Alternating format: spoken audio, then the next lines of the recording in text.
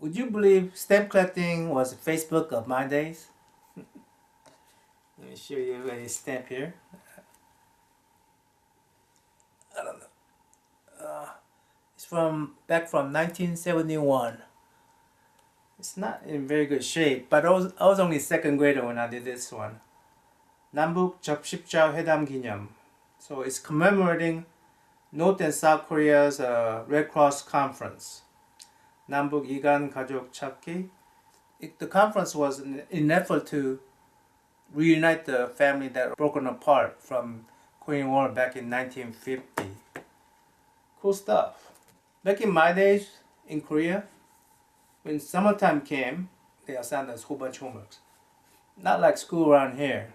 And one of those assignments was writing letters to our distant family and friends, and then getting letter back. At the end of the summer break, we had to show off our stamp collection. And how we did that was when we get the letter back from our family, we'll tear apart stamps like these from the envelope. Then we'll dip these into water, soak them up, and then peel them off. Yeah, I didn't do a very good job on this one, as you could tell. One of my teachers even set us up with pen pals from different countries. It was her way of preparing us to learn different language and different culture. Thinking back on it, stamp collecting is a very cool teaching tool. Nowadays, we communicate or reach out to our family, friends, and even strangers via apps like Facebook, Twitter, Instagram, and of course YouTube. My YouTube channel, I normally address myself, my family, my friends, and my YouTube teachers. Hello VC, this is NammaN. Today I'm reaching out to whole vinyl community because I have so many people from VC to thank in this video. First, Jeffrey Rosnock. I hope I got that right, Jeff, your last name. Jeff introduced me to VC via a heartwarming shout out video just for me. NammaN's channel is very fresh, great outlook, great sense of humor. I am honored and blessed to have him as a new friend, and I encourage everybody to go check out NammaN's channel. His has 3 goals, and he has it posted on his About page. He has to learn is goal number 1, to record his progress, and to make a new friend with each video. So I was fortunate to be that new friend with one of his videos.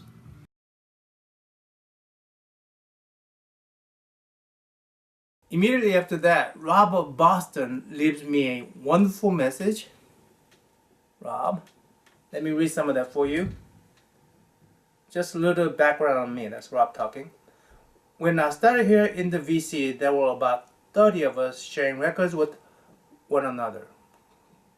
We would also PM each other a lot and send out records to one another. Cool. Slowly, more and more people would join in, and it was a lot of fun. Imagine so. Fast forward 7 years, and VC has grown so large that it is hard to keep track of everyone. Congratulations, VC. The friendship that have blossomed all over the world has been incredible. Yeah, incredible. It pleases me very much that you are part of this family. Now thanks to Jeffrey. You see those I correspond with the letters during my stamp collecting years? I used to call them pen pals. Likewise, Rob and Jeff, are they my video pals? Or YouTube pals? Now I am a VC member, one of the family. Okay, what is the first thing I need to do as a VC member? Oh look, what my son left me.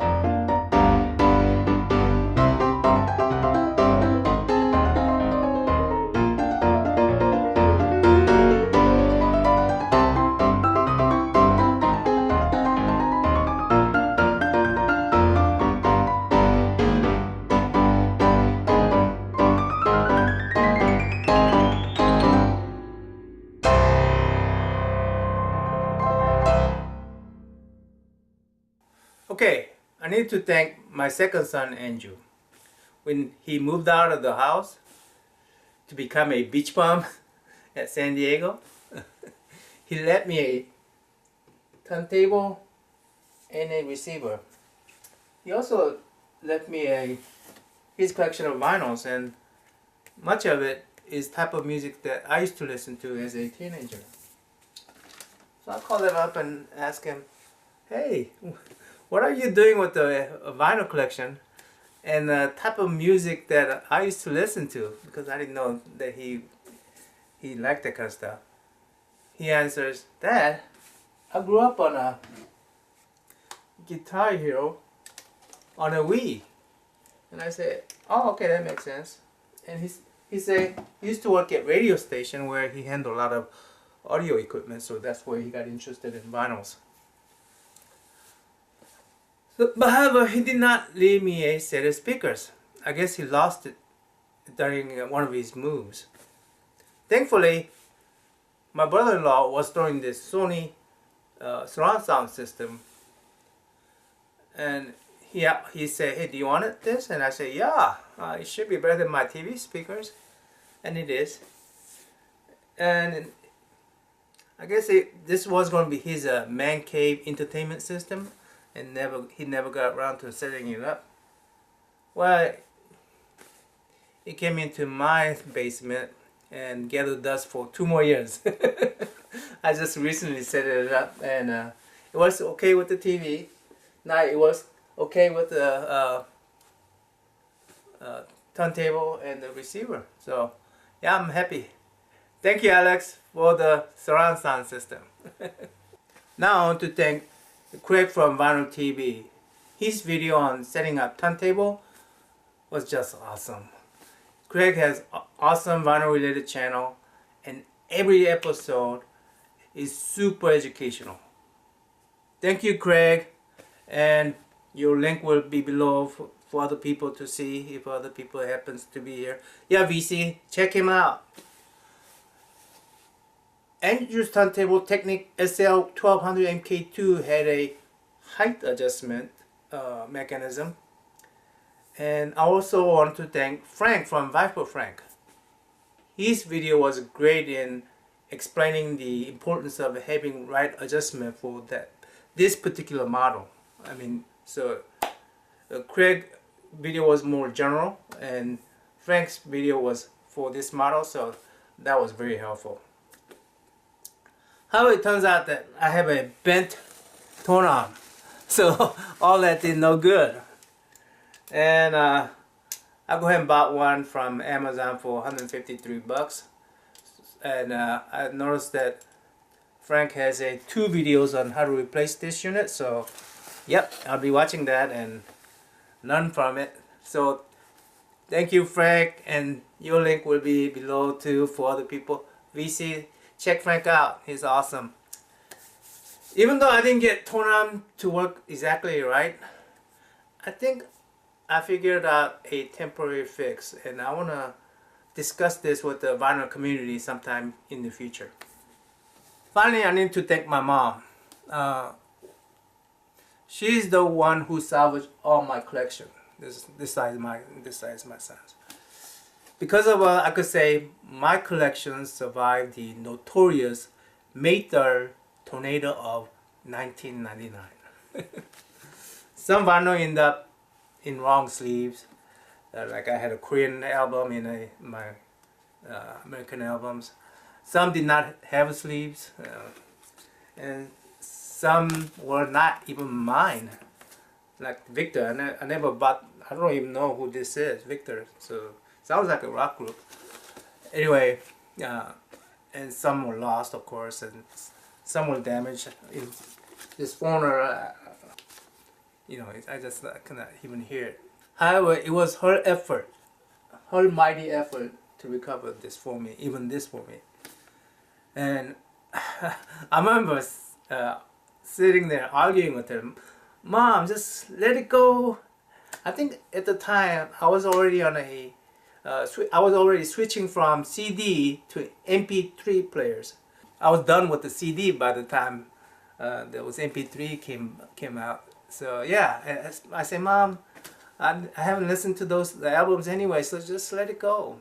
She saw value in these things, and she recovered them for me, and she saved them for me. And I just recently found out, and I say, man, now I'm so glad that she saved this for me. Yeah, I mean, when I plug one of these in to my son's turntable and hear the crackle and pops, and even those sounded, I mean, brought up, you know, just rush of nostalgia to me. And I was going, oh gosh, I almost teared up listening to my Don't Look Back, the Boston. So yeah. Thank you, Mom.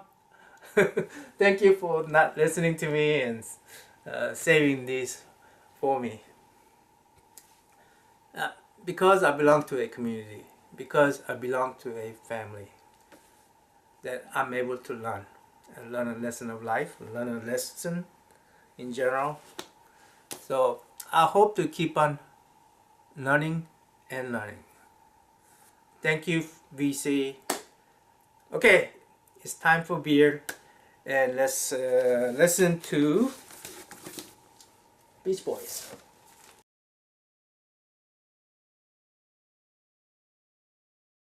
Hello, VC. I'm back. I was gonna end this video with a needle drop and a montage. I decided to delete the video after I got a copyright claim on one of the songs on this album. It made me think of a few things I was uncomfortable with besides using copyright songs. The montage was going to be about me listening to the album, having a beer, thinking about my younger and foolish days, then falling asleep on this couch, dreaming about things from the past. I used videos of surfers from San Diego Beach. I took them while I was visiting my son last summer. Also, I used very old photos from my visit to Daytona Beach during a spring break of '87, around there. Surfers, you could hardly make out their faces. It's a telephoto zoom. As for the spring break, photos of a bikini-clad girls driving by in their cars were badly faded, but you still could make out their pretty faces and smile. They posed for me and all, but I still didn't know how much of their privacy I was violating. Yeah, montage was going to reflect songs like Surfing Safari, maybe Surfing USA too, 401, and California Dreaming. In retrospect, I'm glad I got the copyright notice to avoid that creepiness back there. Thanks for watching. NammaN out. Oh, P.S. Silence sometime is gold.